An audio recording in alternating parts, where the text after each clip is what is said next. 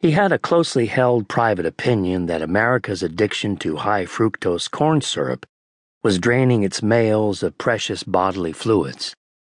He possessed a balanced enough mind to see how that idea might strike an outsider as nuts.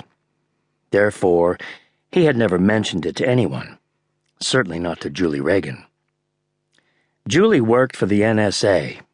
More specifically and importantly, she was the assistant to Omar Hemingway. No one knew of her liaison with Cutler, which was about as illicit as it could get, being that Julie was married and, by all accounts, Cutler had sifted through quite happily. That was the fiction Julie spread around cheerfully and adeptly. In fact, her husband was gay and in the military. Theirs was a marriage of convenience. She had her own key and key card, a ride via the underground parking garage, never at the same time as Cutler, and always in some form of light disguise, a wide-brimmed hat, one of several wigs, a scarf tied around her head, Audrey Hepburn style.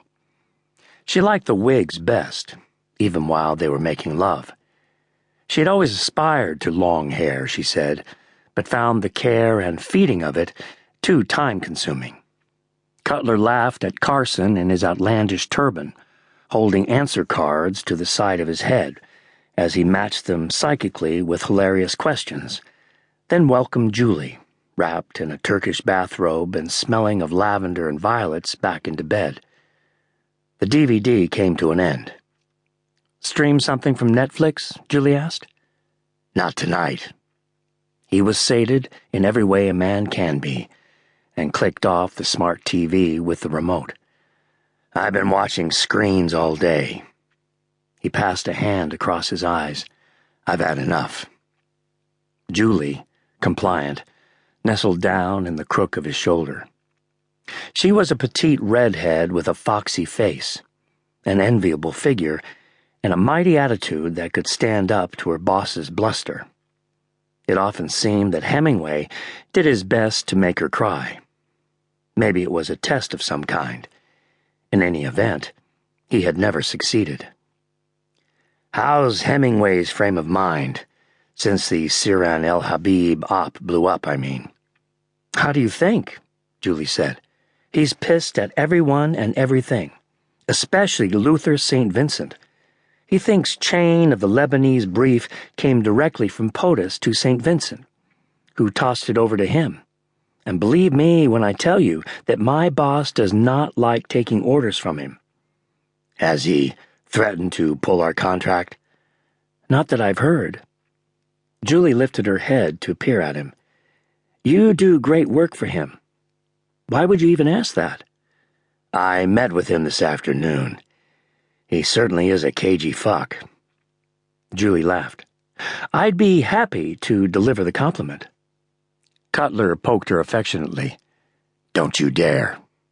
He shook his head. "But this Lebanon brief, I asked him why Red Rover was being given a different brief instead of taking another shot at Siran El Habib. And he told me Siran El Habib has vanished. He's in the wind again, lost without a trace or a whisper."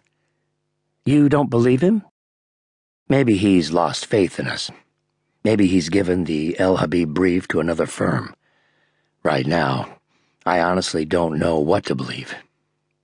If you get even a whiff of what his thoughts are, I'd appreciate a heads up." She stirred against him. "I love giving you a heads up." She slid down. Her hands gripped his naked hips. Her head bent, and she took him into her mouth. His head arched back and his eyes closed. She began to hum. Then, all at once, she let him slip out. His eyes opened and he looked down. There was a curiously sly smile on her face that caught his attention. His eyes narrowed.